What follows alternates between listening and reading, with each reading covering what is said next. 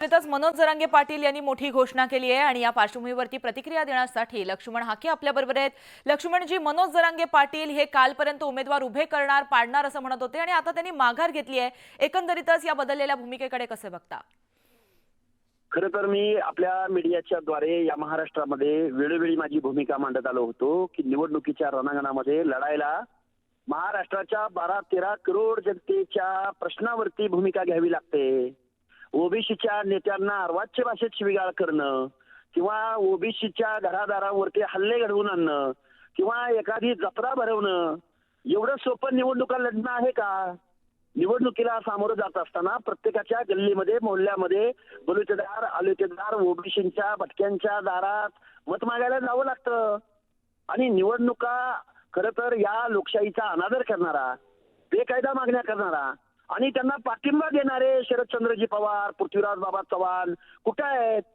मला वाटतंय गोविंद बागेतून आदेश गेला असावा, लोकसभेला तुमचा आम्हाला फायदा झाला, थँक्यू, पण आता तुम्ही विधानसभेला काय अशा पद्धतीची भूमिका घेऊ नका, नाहीतर महाविकास आघाडीच्या विरोधामध्ये इथले ओबीसी मतदान करतील। या धास्तीपोटी, या भीतीपोटी या सगळ्या लोकांनी जरांगेंना रणांगणातून पळ काढायला लावलेलं आहे। जरांगे बिचारा लढणार होता। आज जरांगेची मला क्यू वाटते की थोडंसं नॉलेज, थोडासा अभ्यास, थोडं संविधानाबद्दल थोडी माहिती घेऊन वक्तव्य करत जावा। मला वाटतंय अशा पद्धतीनं संविधान विरोधी, घटनाविरोधी भूमिका घेणाऱ्या माणसांना असंच तोंड काळं करायची वेळ या महाराष्ट्रामध्ये निश्चित येईल। जी, पण जरांगेंनी हा निर्णय दबावातून घेतल्याची चर्चा देखील आहे, तुमचं काय म्हणणं यावर?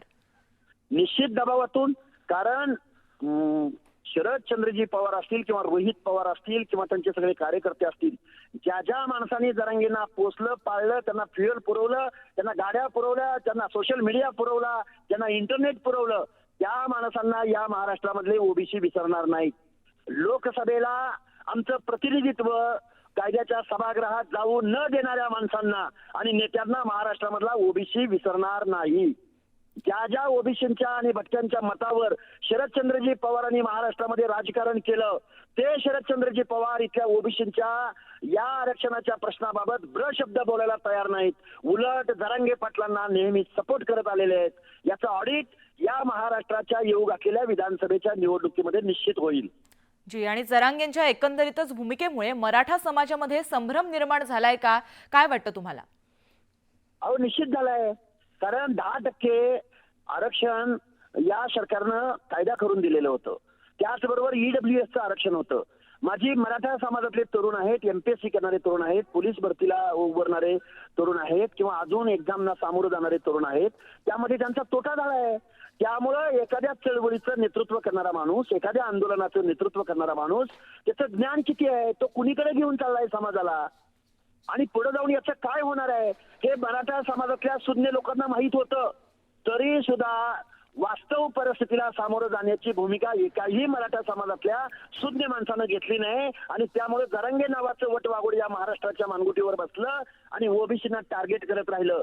आणि येऊ घातलेल्या निवडणुकीमध्ये ओबीसीचा काय अंडर करंट आहे हे जरांगेंना कळेल आणि जरांगेंना सपोर्ट करणाऱ्या सगळ्या नेत्यांना सुद्धा कळेल। आणि जरांगेंमुळे मराठा समाजाचं हे नुकसान होतंय का? एकंदरीतच काय बोलता यावर? निश्चित नुकसान होतंय। अरे, एखादा 10वीच्या आतमध्ये शिक्षण घेतलेला माणूस, ज्याला संविधान म्हणजे काय माहिती नाही असा असणारा माणूस, ज्याला रिझर्वेशन का दिलं जातं, कुणाला दिलं जातं, सामाजिक मागास कुणाला म्हटलं जातं, या गोष्टीची बेसिक माहिती नसलेल्या माणसाच्या हातात तुम्ही चळवळीचं नेतृत्व देताय की जो माणूस पुढे नेऊन तुमचा कडेलोट करणार आहे, महाराष्ट्राचं स्वास्थ्य धोक्यात आणणार आहे। अहो, कोण आहे हो इथले आमदार खासदार, कुणाला तिकीट दिले तिथल्या सगळ्या पक्षांनी आणि कुणाचं नुकसान होणार आहे जरांगेच्या भूमिकेमुळं? त्यामुळं मराठा समाजातली सुज्ञ माणसं निश्चित महाराष्ट्राचं हित पाहतील, जरांगेसारख्या माणसाला एंटरटेन करत राहणार नाहीत। त्यामुळे ओबीसी बांधवांनी सुद्धा ठरवलेलं आहे आपलं प्रतिनिधित्व महाराष्ट्राच्या विधानसभेमध्ये पाठवायचं। आणि ओबीसी बांधवांना सुद्धा मी विनंती करेल, जर सावधानीनं जर मतदान केलं नाही तर जरांगे आणि जरांगेला सपोर्ट करणारी टोळी या महाराष्ट्रातलं ओबीसीचं आरक्षण संपवल्याशिवाय राहणार नाही। जी, लक्ष्मणजी, धन्यवाद तुम्ही दिलेल्या प्रतिक्रियेबद्दल। तर एकंदरीतच लक्ष्मण हाके आपल्याबरोबर होते, त्यांनी आपली प्रतिक्रिया जी आहे ती मनोज जरांगे पाटील यांच्या निर्णयाबाबत दिलेली आहे। तर राजकीय वर्तुळामध्ये सुद्धा या निर्णयामुळे मोठ्या प्रमाणात चर्चा होताना दिसत आहेत. विविध प्रतिक्रिया आता समोर येताना दिसत आहेत. जरांगेंनी विधानसभा निवडणुकीतून माघार घेतली आहे. मराठा बांधवांना अर्ज मागे घेण्याचं आवाहन या पार्श्वभूमीवरती मनोज जरांगे पाटलांनी घेतलंय. एकंदरीतच हा निर्णय घेतला, विधानसभा निवडणुकीला उमेदवार उभा केला आणि जर तो पडला तर त्यामुळे संपूर्ण मराठा समाजाचं नुकसान होऊ शकतं. काही मतांसाठी किंवा काही उमेदवारांसाठी एकंदरीतच समाजाचं नुकसान नको म्हणून मी हा निर्णय घेतला असं देखील मनोज जरांगे पाटील यांचं वक्तव्य समोर आलं होतं. मात्र या संपूर्ण त्यांच्या निर्णयामुळे राजकीय वर्तुळामध्ये चर्चा होताना दिसते. अनेक तर्कवितर्क निघताना दिसत आहेत. मनोज जरांगे पाटील एकंदरीतच काय बोललेत जाणून घेऊया. नको म्हणे सगळे एका जातीवर जिंकणं शक्य नाही. मी म्हणलो काय सगळा समाज म्हणला खालचा की एका जातीवर आपण जिंकू शकत नाही. आणि तरी आता लोक काय म्हणतात मला एका जातीवर जिंकू शकत नाही.